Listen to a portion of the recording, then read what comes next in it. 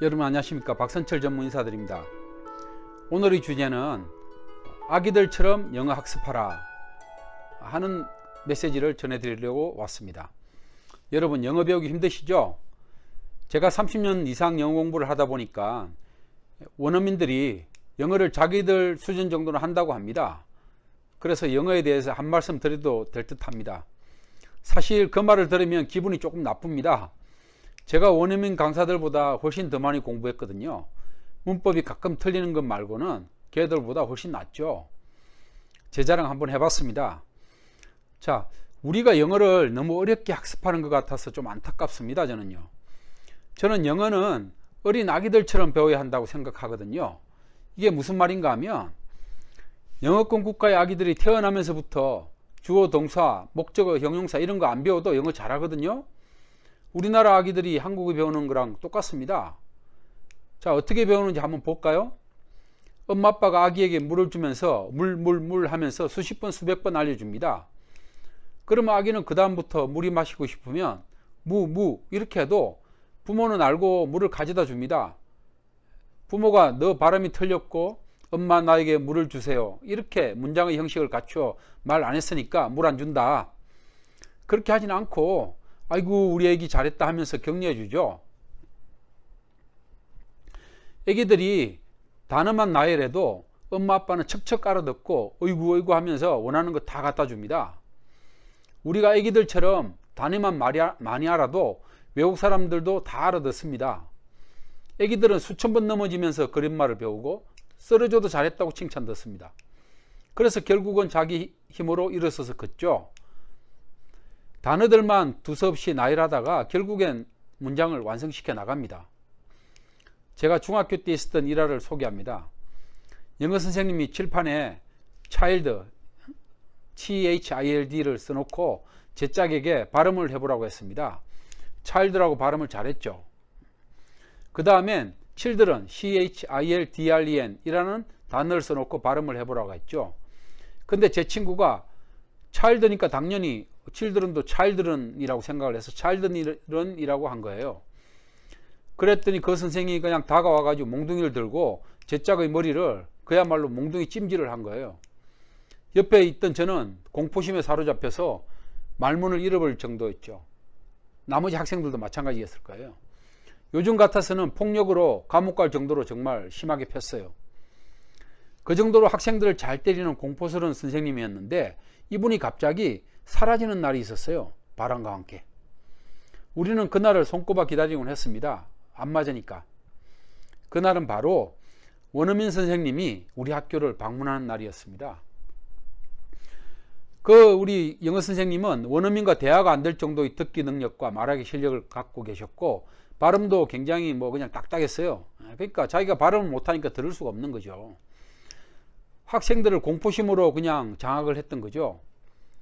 나중에 알았는데 심리학에서는 이거를 전이 또는 투사라고 부르더군요. 즉 자신의 못난 점을 가진 다른 사람을 정오한다는 거죠.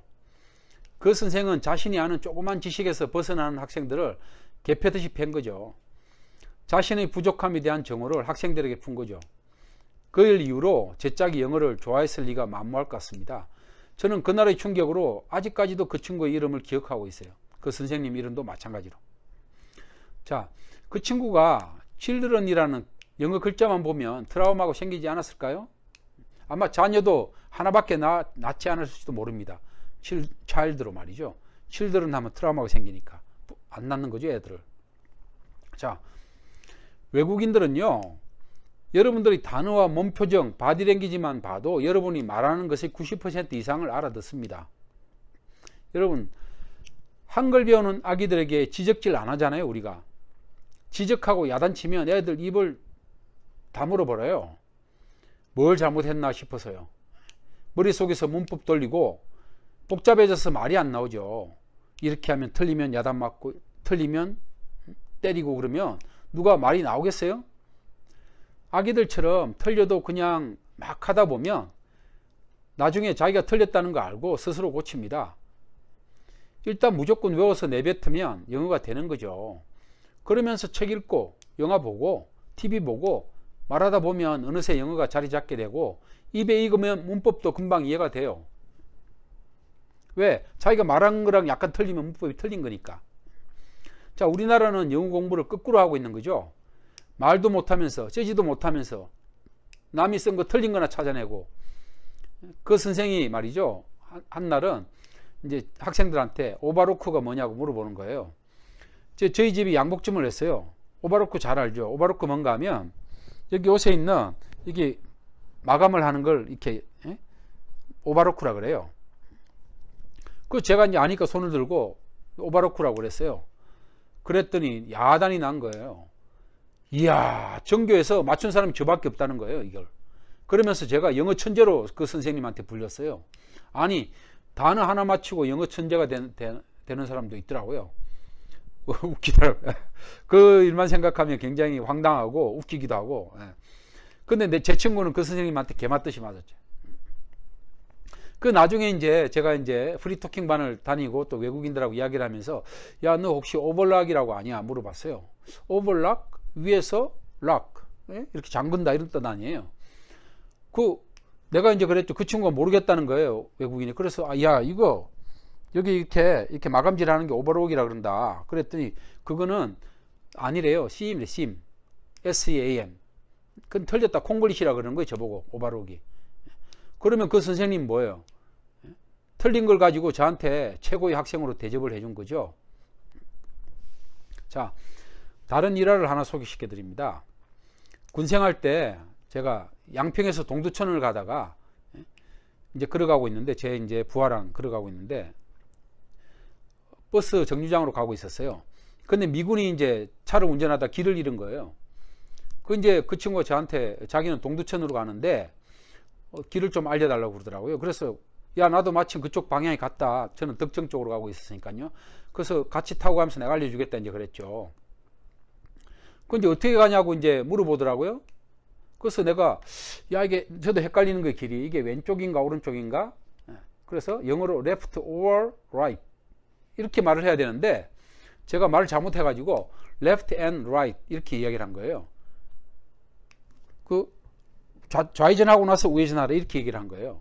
나는 속으로 좌회전인가 우회전인가 이거 left or right로 생각을 했는데 제가 말은 left and right로 이야기를 한 거예요.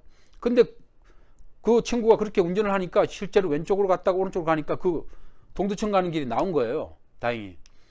그러면서 그 미군이 고맙다고 저한테 덕정에 있는 제 부대 정문까지 내려주고 동두천으로 간 거예요. 그 옆에 있던 부하 직원이 제가 이제 그렇게 영어를 하고 길을 찾는 걸 보고 이야, 우리 박대희님 최고라고 이제 소문을 쫙 낸 거죠. 그렇게 이제 운이 좋게도 실수를 많이 했는데도 맞는 경우가 많아서 영어 잘한다는 소리를 많이 들었죠. 또 한 번은 한미 스피릿 훈련을 하는데 우리 소대 탱크가 시동이 꺼진 거예요.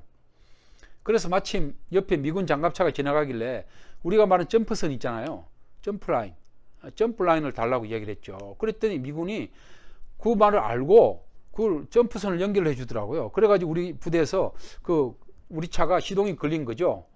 그랬더니 또 부대원들이 말이죠, 제가 영어 잘한다고 소문을 또 쫙 나가지고 이제 부대장님이 제 동기가 한국 외대 영어과를 나온 애가 있었어요. 제 동기하고 저하고 영어 시합을 갖다가 하라고 이야기를 하는 거예요. 저는 실력이 별로 없는데 얼마나 당황했겠어요. 그래서 정말 밤샘을 하면서 공부했습니다. 그 배틀을 준비하기 위해서. 다행히 제 동기가 저와 영어 배틀을 피했죠. 그래서 그렇지만 저는 이제 만일의 사태에 대비해서 퇴근만 하면 영어 공부를 한 거예요. 어느 날 이제 급기야 사고가 터지고 말았죠. 제가 영어 잘한다는 소문이 사단장님 귀에까지 들어가게 된 거예요. 그래서 이제 용산 사우스포스트에서 하는 얼치 포커스 렌즈 훈련에 제가 사단 통역 장교로 파견되는 일까지 벌어진 거죠. 아니, 확인도 안 해보고, 영어를 잘하는지 확인도 안 해보고 소문만 듣고 저를 그냥 파견을 시킨 거죠. 근데 그 사단장님 용산에 방문을 하신 거예요. 아니, 미군들하고 통역을 해야 되는데 말은 잘 못하면서 발음 굴리고 말이죠, 미군들처럼 예 뭐 이런 식으로 제스처를 하고 해야 하니까 정말 죽을 노릇이었죠. 근데 사단장님이 떠나시면서 조금 있다 다음에 또 오시겠다는 거예요. 그날 이후로 저 정말 몇 주 동안 영어 공부하느라 밤샘을 참 많이 했습니다. 칭찬이 고래를 춤추게 하는 게 아니고 영어 잘한다는 칭찬이 저를 정말 미쳐서 팔짝 뛰게 만들더군요. 그 사단장님이 다시 방문했을 때 멋진 통역장교의 모습을 보여주기 위해서 군인이 싸우는 연습은 안 하고 매일 영어책과 싸우기만 했죠. 다행히 사단장님은 그 뒤로 오시지 않았고 제 영어 실력만 그 일로 인해서 좀 늘게 되었습니다. 그때 닦은 실력 때문인지 제대 후에 수출회사의 해외영업부 직원으로 취업에 성공했습니다. 제가 왜 이 말씀을 드리냐면 그냥 영어에 재미 붙이고 열심히 공부하면 되는데 왜 그렇게 어려운 문법 같은 것만 골라서 공부하냐, 이런 이야기입니다. 책 읽고 신문 읽고 잡지 읽고 그냥 생활하다 보면 영문법도 자연스레 그냥 품에 안깁니다. 왜 그리 과학 공부하듯이 애들 공부시키고 측정하는지 답답해서 하는 소리입니다. 학교에서 영어 문법 가르치는 선생님들, 여러분들이 가르치는 학생들이 10년 가르쳐서 에세이, 영어 에세이 쓸 수 있나요? 영어로 된 일기나 영어로 된 책 같은 거 낼 수 있어요? 못하죠? 쓸데없는 공부를 자꾸 시키고 계신 거예요. 언어는 생각을 담는 그릇이거든요. 생각을 담지 못하면 언어 공부를 할 필요가 없어요.